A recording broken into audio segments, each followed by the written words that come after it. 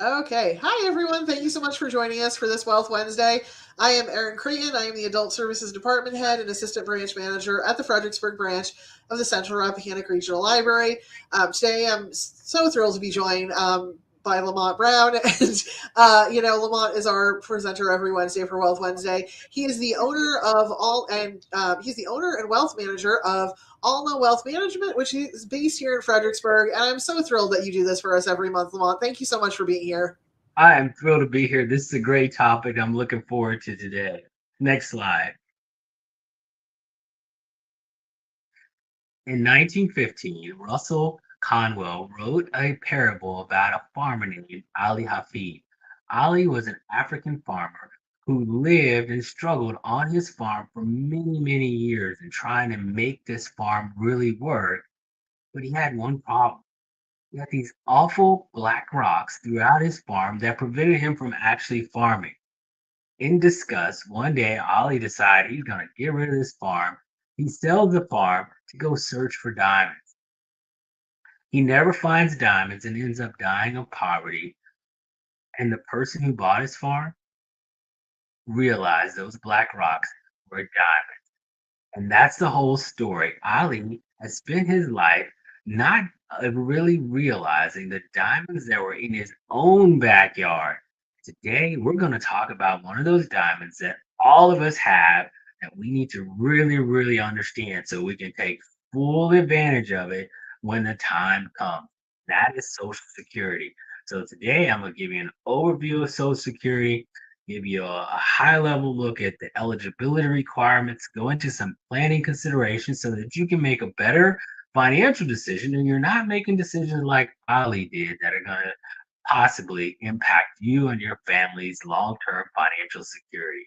My name is Lamont Brown. I'm the owner of Alden Wealth Management. My specialty is retirement planning. And so we're going to talk specifically about how this all applies to your retirement. Next slide. What we are not going to talk about is the big what if. I know when you saw this presentation about Social Security, first thing that comes to most people's minds is what if it's not there? I'm going to ask you to suspend that what if. You're going to have to put that what if away unless it can drive you to save more. If it does a positive thing and you plan around that what if Social Security is not there? So I'm going to put away more money. I'll allow it. But if it stops you from planning or force you to do something irrational or quickly without thinking through the whole thing, I really want you to suspend that what if until the time comes that it becomes either a thing or it just goes away like it has in the past. So we're going to suspend that what if and we're going to talk about what is and what is Social Security. Next slide, please. In 1935, the Social Security Act created Social Security as we know parts of it. It started out focused solely on retirees. And then shortly thereafter, they realized there needed to be survivor benefits, dependent benefits, disability, and all of those things. So over time, it has added on these features to cover the different communities. The actual acronym OASDI, that thing you see on your paycheck or on your pay stub, stands for, as wrongly as it sounds, Old Age Survivor Disability Insurance. And this is actually the name of the trust where your money is actually going into, and that whole reason why people consider what happens when and all those things. But we're not going to talk about that. OASDI and your benefits actually come to you as what I often call the gold standard of income. Because, first off, it's guaranteed by the full faith and credit of the United States government, which puts it pretty high up on the list. It also has this thing called cost of living adjustment. Cost of living adjustment really means you're going to be able to keep up as things rise and as you're in retirement and the cost of bread, the cost of milk, and all those things start to go up, your social security benefits are also going to increase. So this is a very important thing because this means that over time your benefits are going to continue to increase, going to continue to increase, and you're going to be able to keep pace hopefully into the future. This also means that this is a very important decision because if you start out at a low number, those cost of living increases come on, you're going to be increasing from a much lower part. So deciding when to take Social Security is very, very important and impactful because the increases are going to be a percentage of whatever your benefits are when it actually happens. So that is a consideration point. And finally, think of this as it's your benefit. Why do I say your benefit? It's because you and your employer are putting 12.4% into Social Security for your benefit later on. This is not from anyone else. This is for you. You are actually contributing to this on an annual basis whenever you work. So you want to be looking at this and treating it just like that, not like it's found money or money from somewhere else. You want to be really planning around when am I going to take my benefits to go out and use for my retirement. Own it. It is yours and you need to own it. Next slide. Let's talk about eligibility for Social Security. First off, the calculation is complex, and I'm going to try to break it down in the most simplest terms. But if you want more details, there's a lot of great books out there to go into details on this. Calculation starts first is your initial eligibility. You have to have worked at least 40 quarters. I know 40 quarters. You have to have worked at least 10 years and have 10 years of eligible quarters where you earned at least $1,890 for each one of those quarters in order for it to count. Once you have that requirement, you then Social Security then takes 420 months of your work history and calculates the average index monthly earnings to determine your primary insurance amount. I know it's a lot. I'm the one trying to say this. And then your primary insurance amount is the amount of benefits you will be eligible for at your full retirement age, whatever that is. For most of us, that full retirement age is creeping up and it's 67. And so when you get to your age 67, you will receive your primary insurance amount. If you take early, you will receive a deduction from your primary insurance amount. If you take late, you will receive an increase on your primary insurance amount. So all of those numbers are very, very important, and you should know those because those numbers are going to drive the decisions you make. If you continue to work, even after taking Social Security, your primary insurance amount can increase because those lower quarters that you had are going to be replaced with your higher quarters. So you can consider that as you go forward. So basics of eligibility, you have to work for at least 10 years, and then they're going to take 420 months and come up with an average that is going to be used to develop your primary insurance amount, which is going to be based on your full retirement age. So now we know what eligibility is. Let's talk about the numbers. This is the part I really like. Next slide. There's a break even point. All this is telling you there's an opportunity cost of taking early versus taking late. Because when you take late, say you take at age 70 versus age 62. First off, you're going to wait 8 years. So that's 8 years you're not going to receive income. It also means that when you do receive income, it's a 77% increase between your primary insurance between your primary insurance amount at 62 and your primary insurance amount at age 70. Because you waited, that means it's going to take you a little bit longer at age 70 to actually catch up with those 8 years that you did not take income. Generally speaking, that could be 10 years, that could be 7 years. It really depends on your situation, and you should do this calculation for yourself to figure out what exactly that is going to be. But that means that in order for you it to make sense for you, is you want to be thinking about, well, what's the likelihood? This is going to get into longevity. What's the likelihood that I'm going to live to achieve that break even point? If the likelihood is low, then it maybe may make sense for you to take early. But this is a personal decision and something you should be considering as you look at Social Security. The key numbers you want to be aware of are 70%, 100%, and 124%. I purposely didn't add in the years in there, but this is what it is for you. 70% is what your the amount of your primary insurance amount that you receive if you start Social Security at age 62. So 62, that's the earliest Social Security start date that you could have.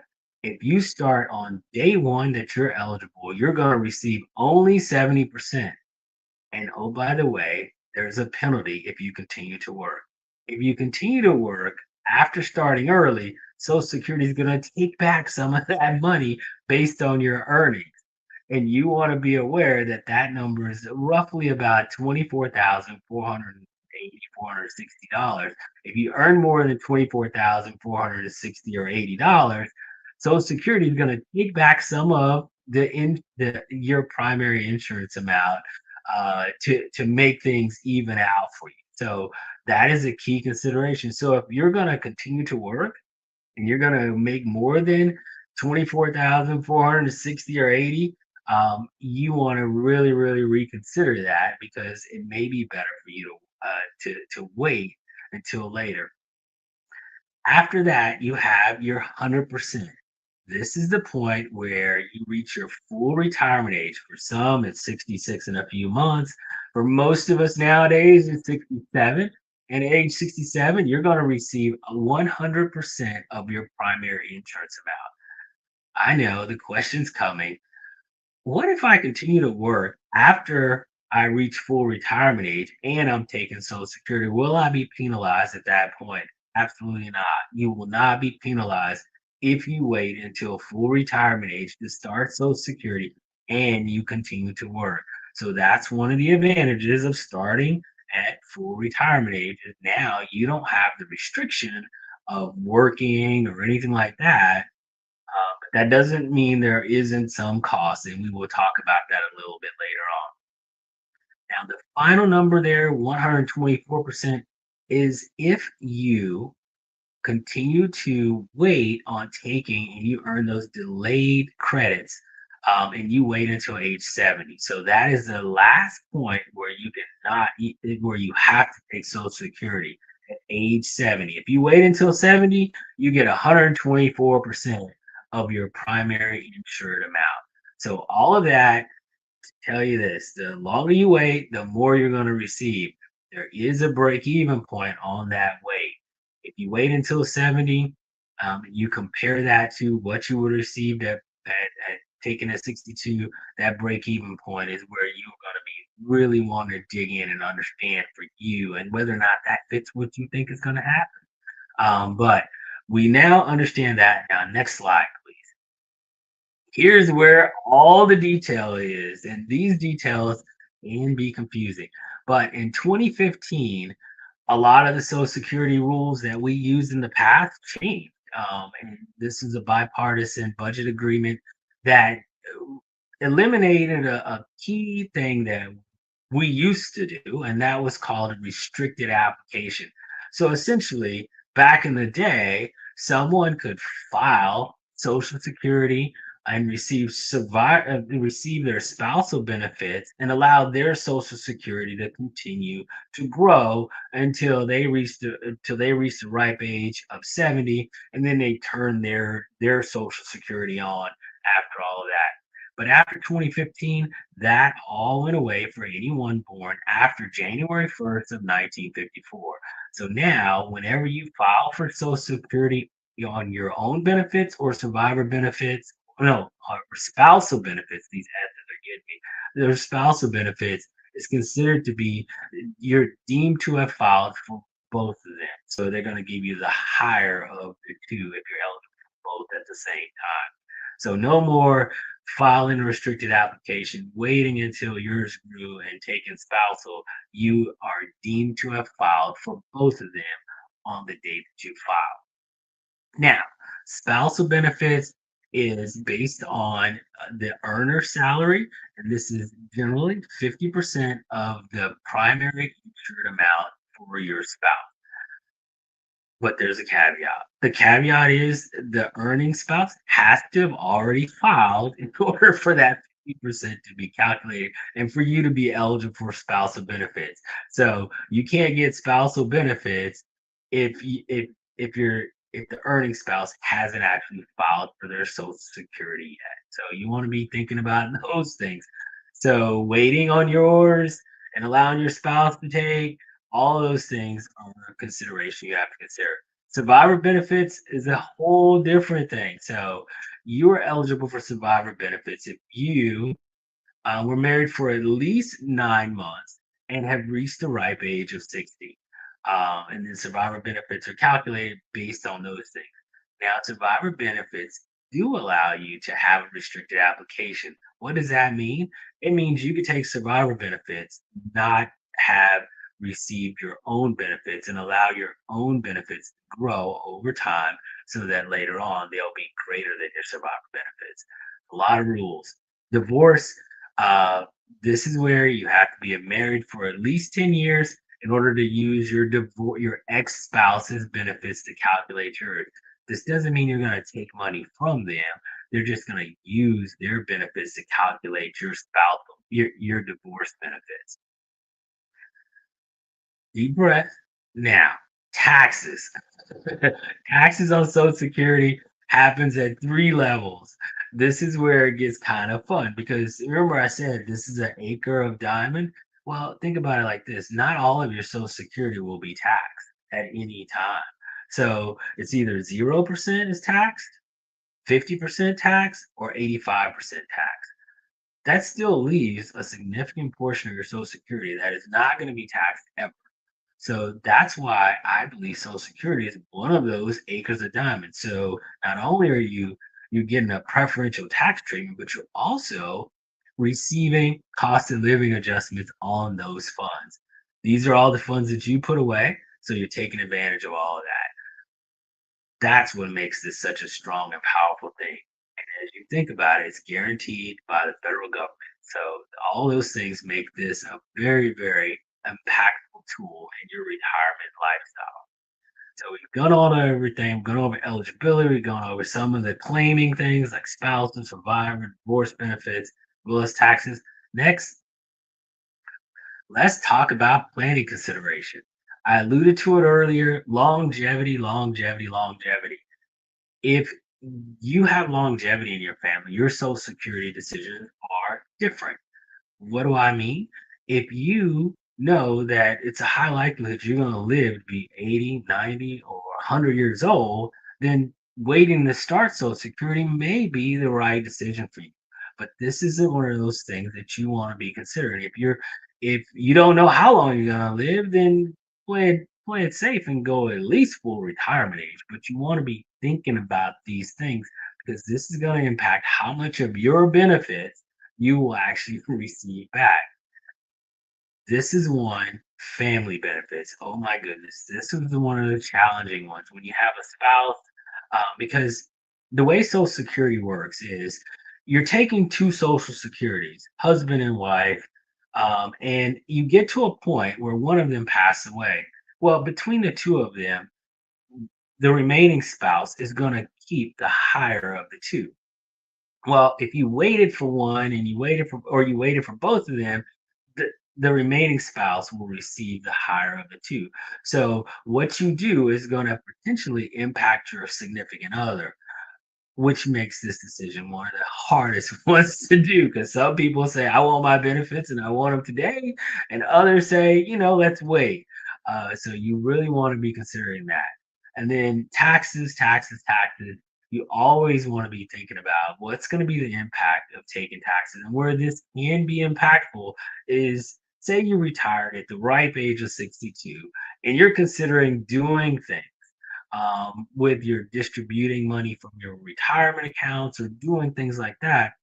Taking Social Security means you're going to have more income that is now going to be potentially taxed. And if you also are planning distributions from your 401k, IRAs, and things like that, all of this is going to be counted towards your taxable income, which could increase surcharges and all of those different things that you have to be planning around. And so this is a key tax consideration. Then finally, inheritances.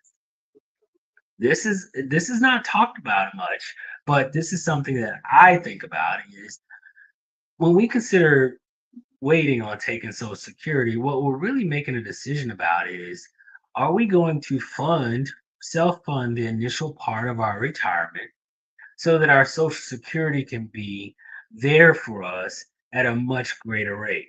Well, the opportunity cost of that is if I use 60 or $100,000 a year for those first 8 years, if you will, then that means there's less money that my inheritors will receive because I've just spent that. So you want to be thinking about those things. Is if your goal is to have the maximum amount of money go to your inheritors, then maybe starting Social Security at full retirement age makes more sense to you. All of these are factors that you need to consider when you're actually working through this Social Security puzzle, and your significant other, and all of those things need to be taken into factor. So if you're really trying to build a large inheritance, last thing you want to do is to spend the first 8 years spending money that you want to eventually give to others. So considering all of that, next, what are the steps to get this right? First, request your file. Go out to ssa.gov and request your file and review it, because there's a lot of things that could happen. There could be years there that aren't counted. You want to make sure it's right. And then you want to know your primary insurance amount. That PIA is going to drive a lot of decisions that you make. And it's also going to decide what your retirement looks like. And then you want to compare that PIA to your current lifestyle. So if my PIA is $28,000, my current lifestyle is $60,000, and I know I have to make up that difference somewhere, and that should drive my savings. So those are the things that you want to do. And then finally, you want to save or adjust based on the difference. If the difference is large, you want to start considering reducing your lifestyle. If the difference is small, then you could keep your savings the same or increase your savings. All of those things are going to really drive your decisions as you start to work towards making the best decisions about Social Security or this acre of diamond that we all have. Next slide. Again, if you have any questions, or don't hesitate, reach out directly to me. And I would love to just chat through this and help you, because this is one of those things I get a chance to geek out on and enjoy. But again, my name is Lamont Brown, and I look forward to talking to you next month. Thank you so much, Lamont. That was so interesting. Honestly, that diamond story, I think there are so many lessons people can learn from that. But, Social Security is a lot more complicated than I thought it would be. Yeah, that's why it has this nice little name, but most people don't. It's not important until it becomes important. It happens later in life. Very true. And talking to a financial, somebody in the financial industry like you or somebody else totally makes sense for these decisions. So thank you so much for sharing your information with our community. I know we all appreciate it. I'll see you next month for our next Wealth Wednesday. Thank you.